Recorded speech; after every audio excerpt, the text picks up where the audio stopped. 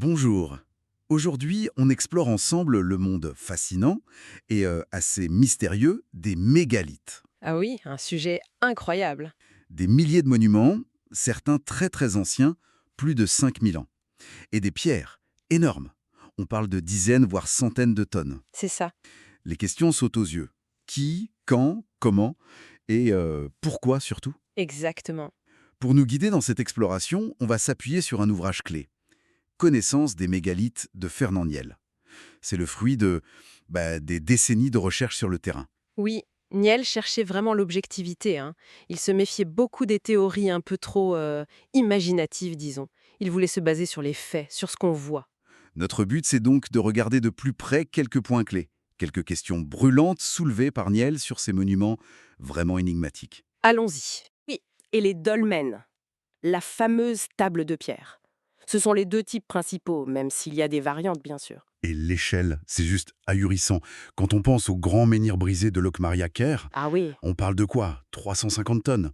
Peut-être 23 mètres de haut à l'origine? C'est difficile même à imaginer. Tout à fait. Certains dolmens, la pierre qui recouvre, la table, peut dépasser les 100 tonnes. Comme à Bourardon, par exemple. C'est colossal. Et ça, on en trouve un peu partout, non? Niel le dit bien. Oui, la répartition est vaste, de l'Irlande jusqu'en Corée, c'est vrai. Mais, et c'est intéressant, il y a des concentrations très fortes. La Bretagne, bien sûr, tout le monde connaît. Hmm. Mais Niel souligne aussi le sud de la France. Près de 44% des dolmens français s'y trouvent. Ah oui, quand même. Ça suggère des foyers culturels particuliers. Probablement des traditions locales très ancrées ou des zones où cette pratique a été particulièrement importante. Oui, Ce qui est fou aussi, c'est que personne ne semble leur avoir donné de nom à l'époque. Enfin, pas de nom général qui soit resté. c'est un point que Niel trouve très parlant. Oui. Ni les Celtes, ni les Romains, rien. Pas de terme générique ancien. Alors que le folklore local, lui, Ah ben là, c'est tout l'inverse. Ça déborde d'histoires, d'effets bâtisseuses, Gargantua qui s'amuse avec les pierres, des roches qui dansent, qui tournent au solstice. j'ai entendu parler de ça, des pierres qui bougent. C'est incroyable, ces légendes. C'est fascinant. Et ce contraste entre le silence des sources anciennes et cette richesse folklorique, pour Niel, ça montre bien que le sens originel était déjà perdu depuis longtemps. Même le christianisme a eu du mal, on dirait. Oui, il y a eu des ordres de destruction, mais aussi une forme de récupération. On a gravé des croix dessus, on a bâti des chapelles à côté, ou même dedans, comme aux Sept Saints. La ferveur populaire était tenace. Et si le sens est perdu, la fonction. On dit souvent tombeau pour les dolmens. Mais Niel, il complique un peu l'affaire, non? Ah oui, carrément. Il insiste sur des faits un peu troublants. Les ossements qu'on trouve dedans sont souvent fragmentaires, en désordre complet. En désordre. C'est-à-dire, Mais mélangés, hommes, femmes, enfants, tout ensemble.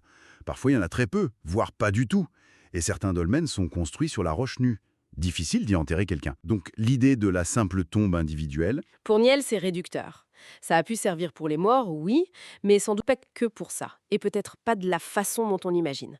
Il penche plutôt pour des ossuaires collectifs, liés à des rites complexes sur les ancêtres, des cérémonies, des choses qui nous échappent complètement. d'accord, fonction complexe.